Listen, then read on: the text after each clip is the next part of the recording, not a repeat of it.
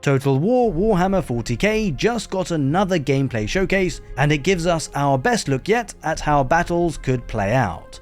More importantly though, it starts to answer some of the questions we've all had since the original reveal. So the battle takes place in the Armageddon theater campaign, where each planetary system contains multiple worlds to fight over.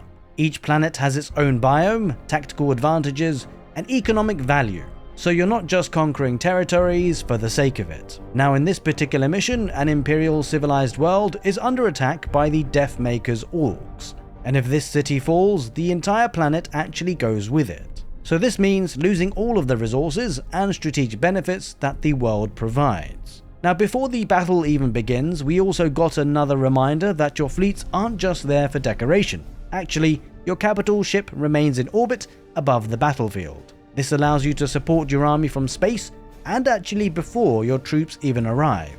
You can soften up the Orks with orbital bombardments, giving the defenders a much better chance once the actual fight starts. It's a really cool way of connecting the campaign map with the battles themselves. This time the focus is on the Astra Militarum, and unlike the Orks, they aren't an army that just wants to charge head first into melee. In fact, the Imperial Guard usually needs to win through planning and positioning.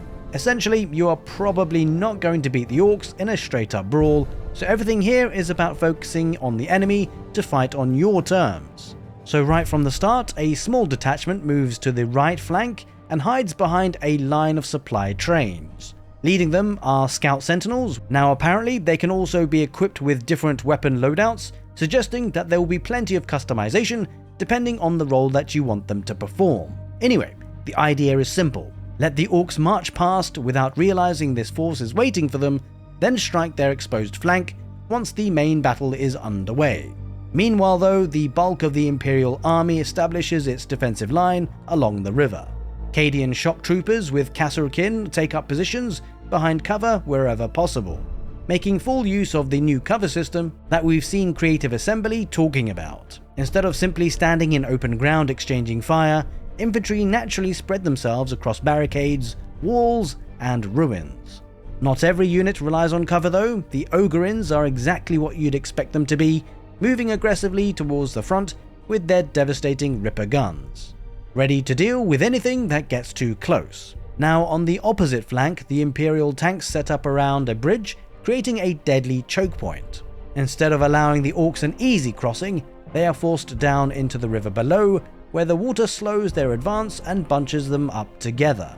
Now that gives the Guard exactly what they want, more time to unleash disciplined volleys before the Greenskins can reach melee range. Leading that armoured force is the legendary Baneblade. It's slow, massive, and absolutely covered in heavy weapons. Once this thing gets into position, it looks like it's less like driving a tank and more like deploying a moving fortress. The Orks though, unsurprisingly, couldn't care less about cover, and they charge straight into the Imperial gun line. We get a closer look at the Mega Knobs, armed with brutal weapons like kill saws, power claws, and combi scorchers, and they look like they'll cause absolute mayhem in close quarters fights. Now as the Orks become packed together in the river, the Guard immediately capitalize. Valkyrie rocket strikes slam into the clustered greenskins, and one really interesting detail is that you can actually choose the angle of the missile attack. That gives the abilities a bit more tactical depth, instead of just clicking on a target and watching the animation.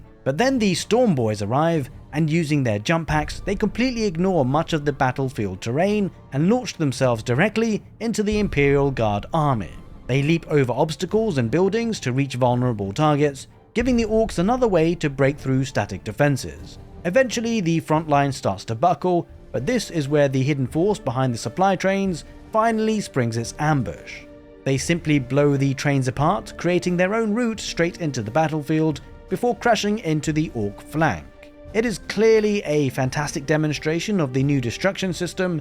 Buildings, obstacles, and battlefield objects aren't just visual scenery anymore, and destroying them can completely change the flow of a fight by opening an entirely new attack route that simply just didn't exist a few moments earlier. Even with that surprise attack though, the Imperial Guard are still under enormous pressure, and so rather than fighting to the last man, they perform a tactical retreat, pulling back to establish a brand new defensive line whilst fresh reinforcements enter the battle. Eventually though, the biggest threat finally appears, and it's the Stompa. This towering super heavy walker looks absolutely beastly, and it's covered in weapons like the Mega Chopper, Def Cannon, Super Gatler, and Super Duper Rockets. It's exactly the kind of unit you'd expect to completely turn the tide of a battle. Conventional firepower alone probably won't be enough to stop it, but thankfully the capital ship is still waiting in orbit. The Imperial commander calls down a devastating lance strike, and the orbital laser does some crazy work on the Stompa. It's one of the more cinematic moments we've seen in the game so far, and it perfectly demonstrates how important that orbital support could become later during big battles. Eventually, with their biggest weapon destroyed, the Ork assault finally collapses. The greenskins begin to retreat, the city is saved, and the balance of power swings back in the Guards' favour. But I guess the most important takeaway from this showcase isn't really who won the battle, it's actually more about how dynamic these battles can be.